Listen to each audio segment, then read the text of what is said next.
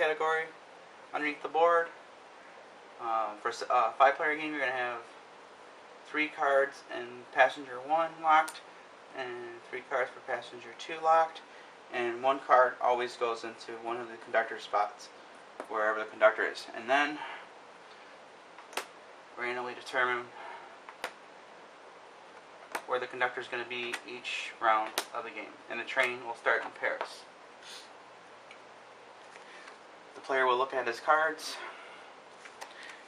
and mark them off. But if he has 2 copies of a card, he'll put an X. If he only has 1 copy of the card, he'll put a check. And I did this ahead of time, so we're all set to go. Okay, for my action, I have 4 hours on my destination. I'm either going to use them or lose them. So I'm going to go to the smoking car. I'm going to ask for a motive from you. And I'm giving you my card. Orange character. That's what I got. It's going on top of my discard pile. And in return, I gave you one. And the green player, I want to ask them for a motive. In return, I'm going to give them a modus operandi. That's going to go on their discard pile. And I get it. I look at it. I'll mark it in my book.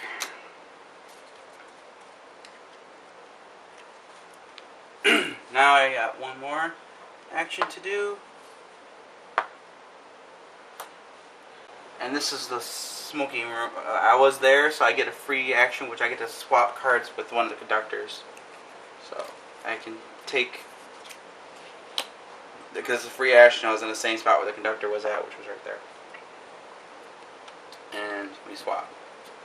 And then this goes on my discard pile. So that was a free action. You only can do the free action if you're taking action in the, and you completed the action in that spot. Okay, so as I said, I'm going to the ticket lounge. I'm going to ask my player on my left for a suspect card. She in turn hands me a suspect card. I look at it. It has to go on top of my discard pile.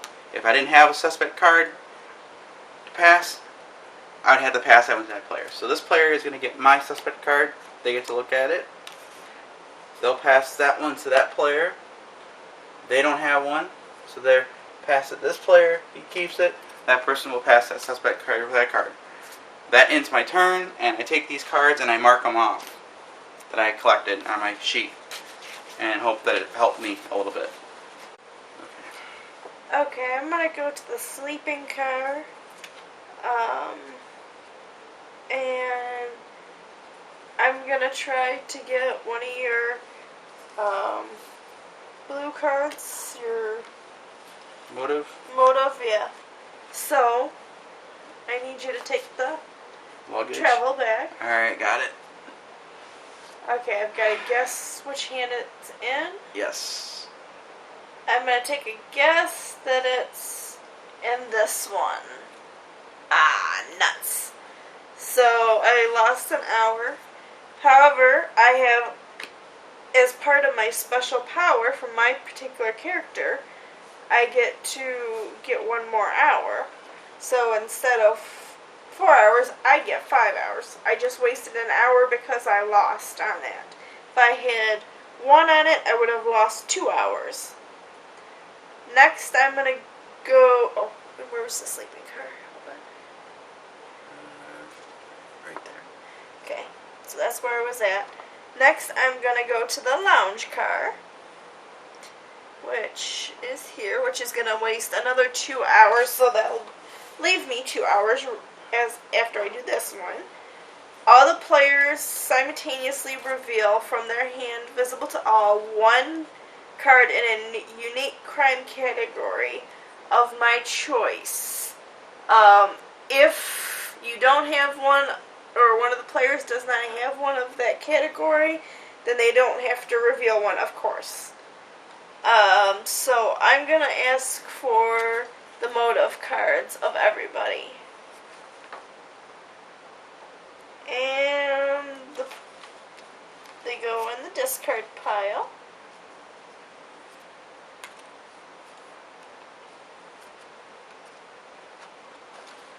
So, with my last 2 hours, I'm gonna go to the dining car. And I'm gonna ask you for another motive card.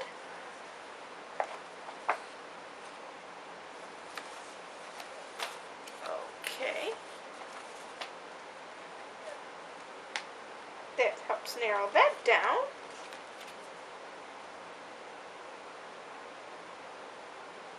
Okay, they go on top of your discard pile. And I'm gonna ask this person for a location card, Mr. Green.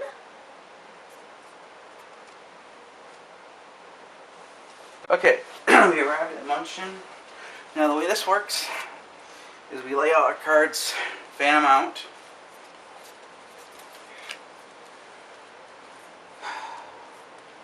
And I get to peek at, start with the player that's starting first, which is just going to be me for the sake of the game. Usually it's not. It depends who has a whistle, but for all sakes, we're going to make it simple. I get to look at one card from her, of her choice. Normally would mark it down. And one from my right. I'd look at it. Discard pile.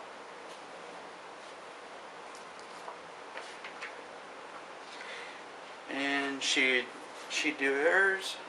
Okay. I'm gonna take this one here. It pretty much how it happens. Everyone gets to see 2 cards that normally wouldn't get, and it would go back. And once it's all done, they all back in your hand because it's just temporary. And 2 paper. Now we're talking about my special power. All the ones except for the orange player has a special power once per round. So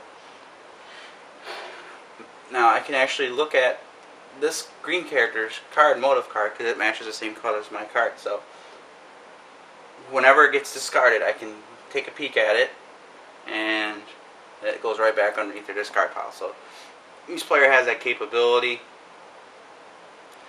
and that's the unique about the game. You kind of use your powers to your advantage. You try to hope that players will get cards of your color discarded, so you can take advantage of that power.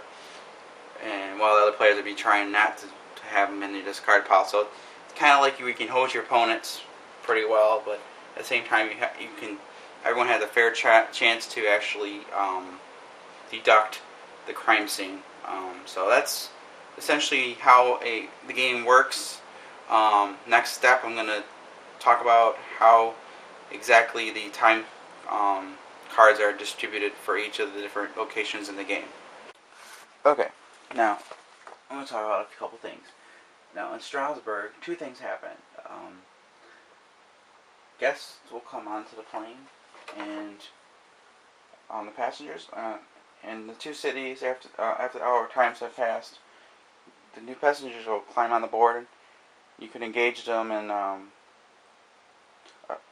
the club car. And you may draw 1 from the passenger deck. So you basically will be allowed to draw 1 card. So once you get to Strasbourg and you visit the club car, you're allowed to take 1 of these cards. That's one of the options that you have. But speaking of the time clocks, when you're in Strasbourg, you're basically going to be flipping them over 1 at a time until you get through the whole deck. So one person's just going to keep flipping these until you go through the entire deck. When you get in Wayne, you deal a deck of cards face down clockwise to all the players you include in the game. And then upon each signal, you to pick up the cards in front of them, and they look at them, and then when you say pass, they each pass them. And so everyone's got a chance to look at all the cards. And you flip them face up into separate stacks. So there's 3 separate stacks. So you're gonna like stack 1, then stack 2, stack 3, and keep going. And it goes real quick. You can go as fast as the players as fast as they want, but you're trying to figure out which time is missing. So you go through the entire deck like that.